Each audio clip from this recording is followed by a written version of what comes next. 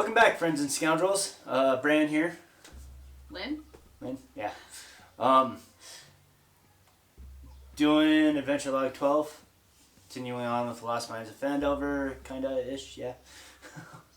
Eventually. Yeah.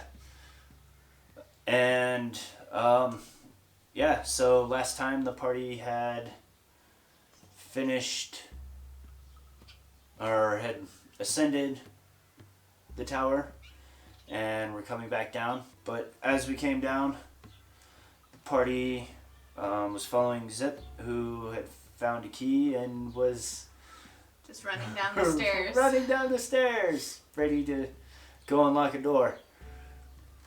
And as the party came down the stairs, darkness, you have light for a little bit. Figure had just come through the portal, which, you know, the party kind of caught the tail end of that, and then lit his own, and that's where we left off. And we skid to a halt, stop bumping into each other. And some of the party who'd been there recognized this as, which was Leia and Zip and Frank. Leia and Zip and Frank. Were the only three who had the potential to recognize this figure standing at the far end of the room, who is Yarno, who they thought they had killed previously. And coming into this one, leading up to it, I thought this would be a nice little throw-in because the party had kind of dispatched Yarno pretty easily the first round, and I didn't play him very well. I didn't remember that he was supposed to try to get away instead of fighting. Not that he had much of a chance to anyways, because he was down in after a couple of hits. But I'm starting to slow my own gameplay down as the DM and remembering to do things properly. So I just saw an opportunity for, again, story purposes, to bring him back. And the explanation that I used was that it was his apprentice who had disguised himself to look like Glassstaff. And that's why he was so easy to get rid of, because he was a much weaker wizard. And brings us in where Yarno had a little bit of a social encounter. With Aedos, they discussed the spellbook that Aedos currently had that we had found, our quest item. Mm-hmm. From somebody. Sister Gariel? Yes. So you guys have found the book, obviously, because that happened last session. And we're on your way back. Engage with this guy. I hadn't prepared much for the social because I've learned that you kind of really can't. You have a couple bullet points of what, specific things that you want to work in there, if there's a story there. But overall, who knows what anybody's going to say, so it's kind of hard to work that, figure that out as the DM, I think. So a little bit of, hey, you have a book, I want that book, give it to me, no, fight. So I was a little bit proud of myself how I ran this. Still could have done a little bit better, especially given how many spell slots he has. But kicked it off, I think, pretty well by dropping a fireball on the party. And the fireball, because it hit, who did it hit? Frank, Gur, and Aedos, right? Aedos, Zip, and Gur. Aedos, Zip, and Gur. Tried to drop it to get as much as possible, but he would have also been aiming for Aedos because he has the book. And that killed Gur. Yep. Outright kill, because doubled his max HP, which as a wolf, he doesn't have very much, so I felt a little bit bad because that's the second time I'm taking Gur out. But, not supposed to hold too much back as a DM. And this is a guy, I did struggle with it a little bit, dropping the fireball, but I'm like, no, this guy wants to kill these people. He's already mad. He's got orders to take them out. So we just went for it. Um, dropped a fireball, had a round, made pretty good use of his Misty Step, which is something I've been trying to use as a player, and when I have a caster character to integrate into my tactics with them.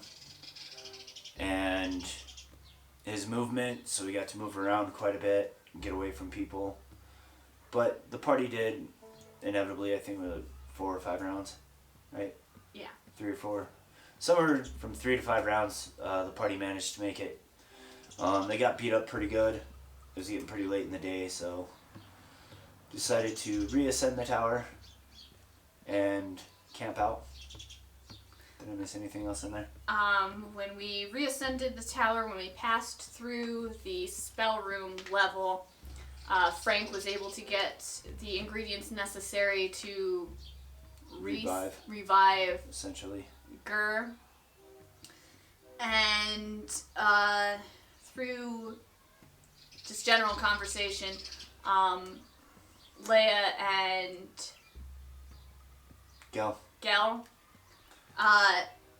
ended up trading some items. He needed some spell components that she had, so she traded it for the bird's claw foot that he had found. So they had now established a sort of friendship, so Leia is more trusting of him and included him in her prayer of healing when she cast it on the team, just in case they weren't able to have a long rest since they were pretty beat up. And that also got rid of Who knows his... what's going to happen. It also got rid of his... what was that called? It was from the Oblex. Yeah, from the Oblex. His memories being eaten, but it messed up his intelligence. Yes. Right? So that was cleared up too. Because that's cleared up through any healing spell. Yes. So they healed, revived Gur, long rest, and then headed back. Yados took a little bit of time to look through the book a little bit. Yes, because I think he had the intention of making a copy of it. He heard of some things being in the book that he wanted, and he's searching for power, so as part of his character's backstory for some unknown purpose. Well, I kind of have an idea, but it hasn't been fleshed out too deeply. So yeah, headed back, went back through the portal. Back through the cave, stopped to take parts and pieces from the hobgoblins that we had been sent there to kill. Orcs? Orcs. From the orcs we had been sent there to kill. So we had proof that we killed them. We ended up taking their eyeballs. And we ended up in a little bit of a discrepancy here through lack of information sharing and not asking proper questions, forgetting... General vagueness. Well, because Gil came in after you guys had cleared the room, and it had been a couple of sessions, so I didn't, remember what information had been shared. But after Gil's cutting off heads, kicking him over to Frank so that way Frank can poke out the eyeballs, and afterwards Gil had declared that he wanted to take the largest head. And I said, okay, well, the largest one would be the ogre, because there was an ogre with part of the group also, and he's, okay, I take that. So, back talking to the necromancer, trying to haggle over some price a little bit, and you guys were going to try to deceive him that you had taken more. And it wasn't clarified beforehand that the ogre was there, so I assumed as the DM that those eyeballs had been taken also, and they would be much larger. And Gel's also got it kind of latched to his belt or whatever, and trying to haggle over price. And I'll admit, as the DM, I played it wrong. I kind of wanted to just throw some dice rolls in just because, try to persuade, make it seem like like there was some, and thinking on it now, like literally right now, I could have just had him make your argument. Okay, well this isn't gonna work because eyeballs are missing out of that head that's strapped to your belt. Needless to say, a lot of it was just me as the DM wanting to have my way, and a lack of understanding of the whole situation on Gel's part, because again he came in after you guys had already cleared up the orcs, and that he kind of poked around a little bit but didn't have much time, and a lot of other things had happened. So yeah, well, you did say that the ogre head is what he took, and I didn't assume that we took the eyes from the ogre. I assumed we only took the hobgoblin eyes. But whatever. The orc eyes. But again, it just, I'm cutting off heads and kicking them over, and then I'm going to keep the biggest one. So there's just, the ogre wasn't brought in at any point before that conversation. So before it was discussed that he was taking it. So that's where the big hang up led in that. And then again, me just trying to have my way as the DM. Big baby. So, and not trying to have the elements of the game that make it a game. Sorry. But, finally worked that out, what you guys brought back from that as far as treasure. Because we're trying to avoid a lot of the just taking gold and just being paid in gold, because it's a part that you guys get weighed down with as a party, carrying all this gold, and what it adds for social encounters in town. What necromancer is carrying around that much gold? Yeah. Especially a Thayan one. So, finish that up. Start heading back to town, and along the way,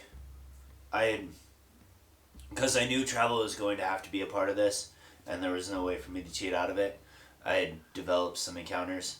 At first, I was going to have two ogres, because you guys have been dealing with some of the things that should be challenging pretty easily. I mean, Iarno I had as an archmage, which is like a challenge rating 6. Yeah. And you guys handled him pretty easily on your own. It's not without taking some of your own beatings, but after that, and because we dealt with ogres, I was going to have more ogres. And because we have had ogres so much already, I wanted to do something a little bit different. So I thought about bringing in a hill giant, because it's a little bit more challenging, even than 2 ogres. And then you also wanted to do some of the build-up for Storm King's Thunder, which we're going to be getting into. Yeah, so kind of just dropping little seeds or whatever, trying to anyways. We'll see if they grow into anything. With the way we grow things, probably not. But I just saw it as a decent opportunity. Have this random hill giant that's kind of out of his area. To set up for that, which, I mean, is still a ways down the road as far as the actual timeline, a couple months or so. But, use that as an encounter. Was there any significance with this battle? Not really. It was our first attempt at, because we were mounted at this time, so it was our first having to deal with the dismounting, dealing with that, and animal handling with trying to move the horses around. And nobody has mounted combat capabilities, yes. So we were dealing with that and what we could get the animals to do in response to this, and how far away, without having the mounted combat feat, we'd be able to get them to go. So we kind of did that. The only one that stayed mounted was Leia, and she managed to keep it because she was able to stay far enough away to move the horse around it to cast from behind it, because she had enough distance on her spells, but she was the only one who remained mounted for this encounter. this is one of the sessions too where Zip kind of avoided going into animal form a lot. He got the moonbeam, and that seems to be his go-to move for now. Which, I mean, isn't a bad one. I'm not gonna beat somebody up for using something good. And he's still pretty creative with it, and creative in general with combat. So finish the hill giant, find a place to camp. And this is one of my other kind of failings in this game, was running the perception checks. I kind of forgot how people normally do it, so I was trying to make it up on the spot, and it just came on Iedos failing his perception check is when I had the troll come in. And this one was another pretty decent one, relatively decent challenge rating, because I wanted stuff that was going to be relatively challenging, but I didn't want anything deadly necessarily because... It'd be sad if your random encounter in the woods is your TPK. Yeah. I'm not here to try to kill the party. I think that's kind of the wrong way to look at it. Should be some encounters that are deadly. There should be things that you should run away from. Yeah. The world isn't, everything you can handle. Yeah. But at the same time, even adventures and stuff going out now, how many people, or like armies, they're very controlled situations now, and death is limited pretty well. And also, how big of a challenge would you actually run into in woods on the side of a well-traveled road? Yeah. So, but anyway, as far as the game goes, I'm not big into actually setting up a lot of encounters that should try to kill the party. I want them to be challenging, and I do kind of sometimes want that to be a threat or something that's on your mind, just because it can add more fun to the game. But overall, I just want something that's going to push you guys and create points of creativity. So, and this is kind of one of those ones, and thinking about it recently, it was a little bit disappointing, because it's one where fire is actually needed, and you didn't do it. Let's put that on Iedos. He's the fire guy. Yeah. But in this instance, Leia was first. Story-wise, she had just come off watch and hadn't gone completely down yet, so that's story-wise why we said she was ready to go. And she just kind of, out of nowhere, charged in, which is kind of off for her character. She's been trying to be better with her weapons, and it's been frustrating for her, and I think that's part of what made her charge in, and it was a big mistake, because naturally he went next and just beat the crap out of her. So, did almost have, regardless of not trying to be too challenging, but troll attacks. This one kind of went a little ways, because again I was doing a little bit better remembering the regeneration capabilities, and it's nobody used fire or acid at all, not even by accident. Yeah.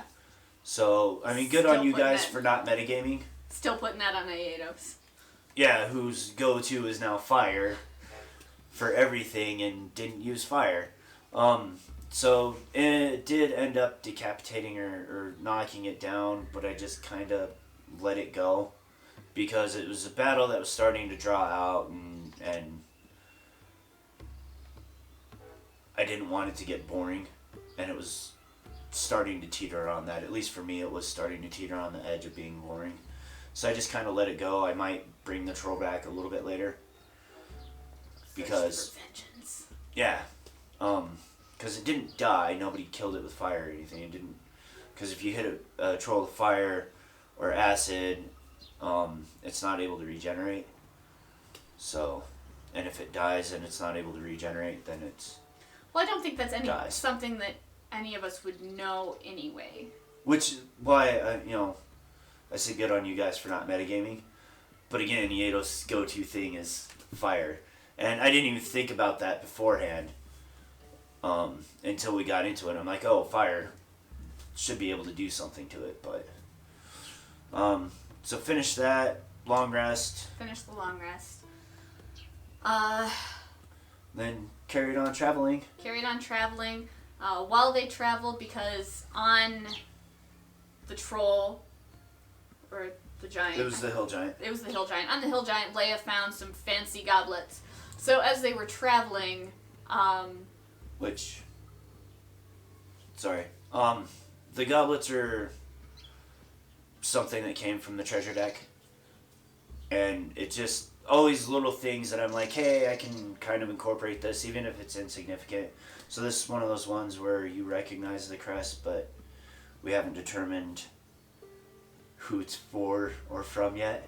Somebody that you have had encounters with, but it's just something for a little piece of your lore, not anything story significance. Yes, but because they found this goblet and Frank had his ever-filling flask, they decided to get fancy drunk with their goblets as they went along, and Leia failed her drunkenness checks twice, so she was super toasted. When they came upon a group of, now is it hobgoblins? Now it's hobgoblins. Hobgoblins around a fire, and she thought it looked like a summoning circle. So she decided to go up to ask them if they were, which god they were summoning, because trying to remember her clericness a little bit. So she went up to the hobgoblin, slapped him on the shoulder, and she was going to talk to him, but she failed her charisma check here and ended up just belching in his face and getting shot at. So this is around midday. I think you guys were getting ready to stop for lunch, and like somebody heard noise, scouting out a little bit, heard some noise, and that's what prompted you guys to go investigate. And this was a fun battle. Again, trying to push a little bit of challenging, but not anything crazy, and setting up for the next step also, which nobody took the bait on. We're good at that. Yeah. But the biggest thing to really come out of this was Chris, again, after the level up, now has access to some of the aquatic animals, and he's just been dying for an opportunity to use the octopus. So, while still mounted, transformed into an octopus, and pulled Leia away to keep you from getting hurt too bad. Because I think you took a little bit of damage here too. And then started dragging hobgoblins all over the place. Yes, well, he doesn't have mounted combat, so you were having animal handling checks here, but because he's a druid and I think he's proficient in animal handling. He should be anyways. He was just able to just keep these rolls really high. Yeah, just keep it going and making it fun and entertaining.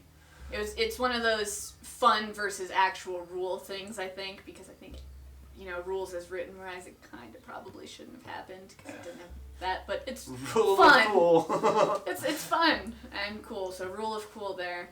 Yeah, which now gave us our party name, the Octo-Horse in the Blue Man group. So it's kind of a thing that has to be now. And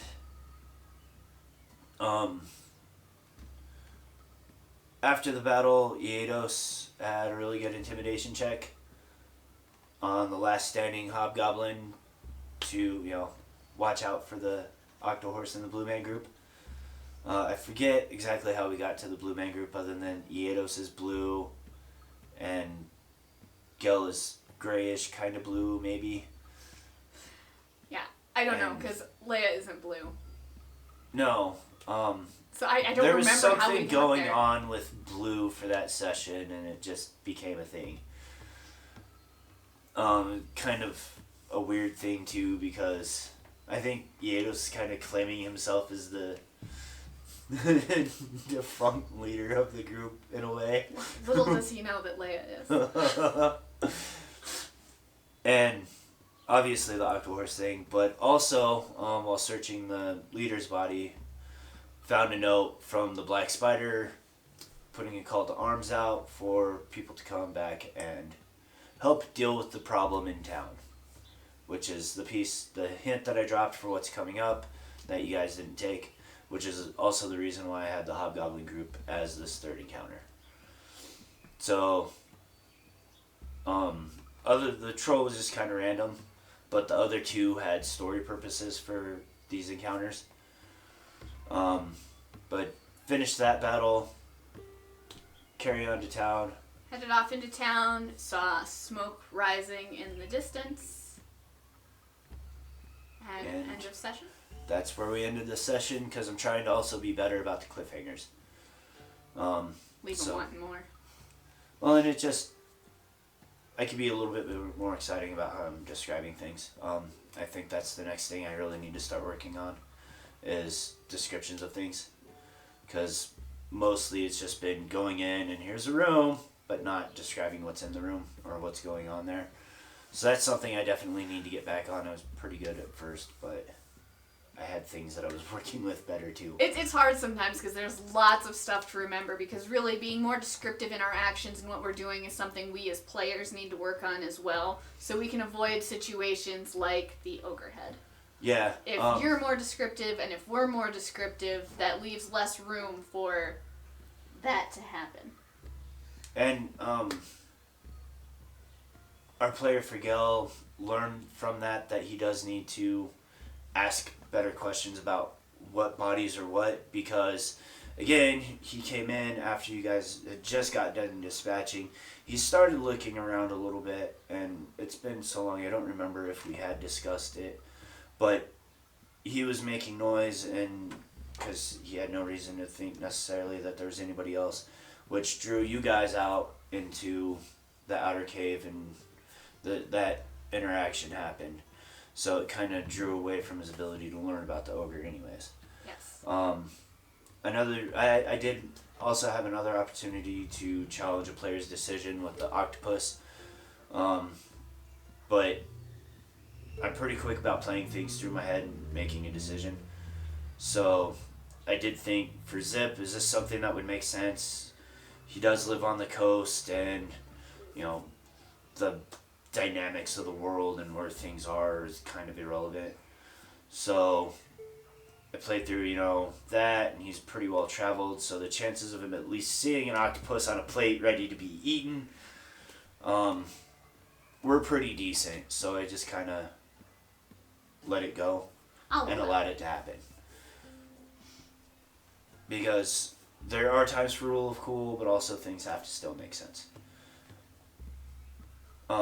But as far as descriptors, I think we just get caught up in playing the game a lot of times.